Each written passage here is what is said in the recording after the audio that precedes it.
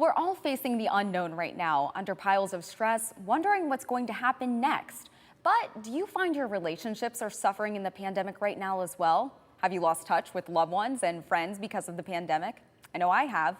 Well, with us this morning, mental toughness expert and former Marine, Eric Rittmeyer. He's giving us some tips on how to fix our relationships post-pandemic. Good morning, Eric. How are you doing this morning? Michelle, I'm wonderful. Thank you for having me. Of course. Thank you so much for being here. I think this is a very important topic. We were just speaking about it. I was talking with my mom. She told me that she feels as if she's depressed. She went from this active lifestyle of traveling, hanging out with friends, doing things, to essentially just sitting at home. And it seems as if she's in a slump. I don't think she's alone either.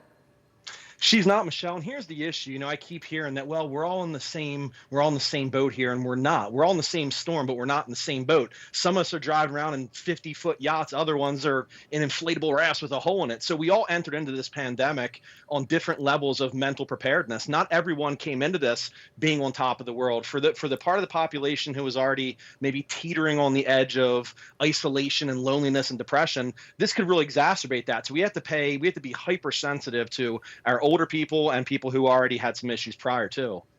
And right now, you are discussing mental toughness in times of a crisis. We are definitely in a crisis.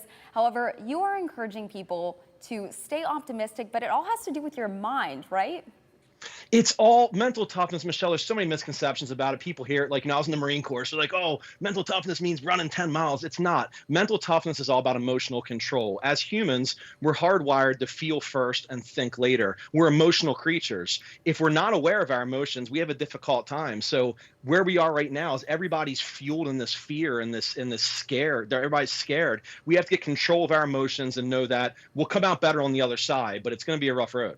So, Eric, how do we control our emotions and get through Alcohol this crisis? helps. Yeah, alcohol helps, Michelle. Vodka is my preference.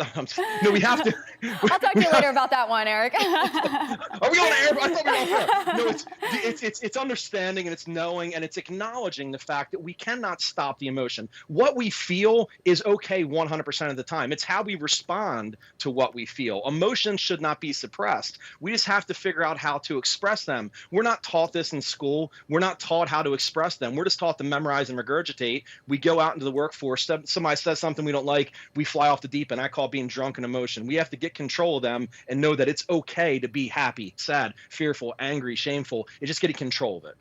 And Eric, what do we do if we have a loved one who seems as if they're struggling during this crisis as well? Yeah, our relationships are so critically important through types of pandemics. Our country as a whole, we've been through big issues. September 11th, this is really the equivalent to a September 11th type thing for our kids as far as how afraid they are. It's relying on those relationships. There have been so many studies that have been done that people just knowing they have somebody they can rely on, just the perception of knowing that they have somebody they could call or they could email or text message has huge health benefits, mental health benefits. It's really making certain that we rely on our family and our friends to get us through. So what you're saying here is maybe even just a quick phone call, a text, a small gesture could go a long way with somebody else.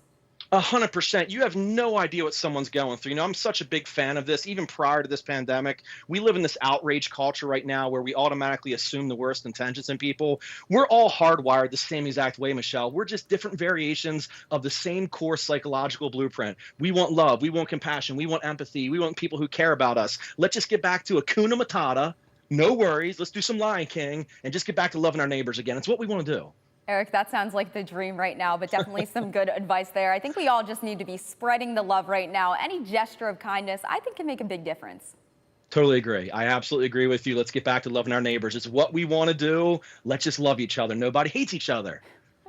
Some great advice there, Eric. Thank you so much for being with us this morning. Michelle, thank you for having me. Of course.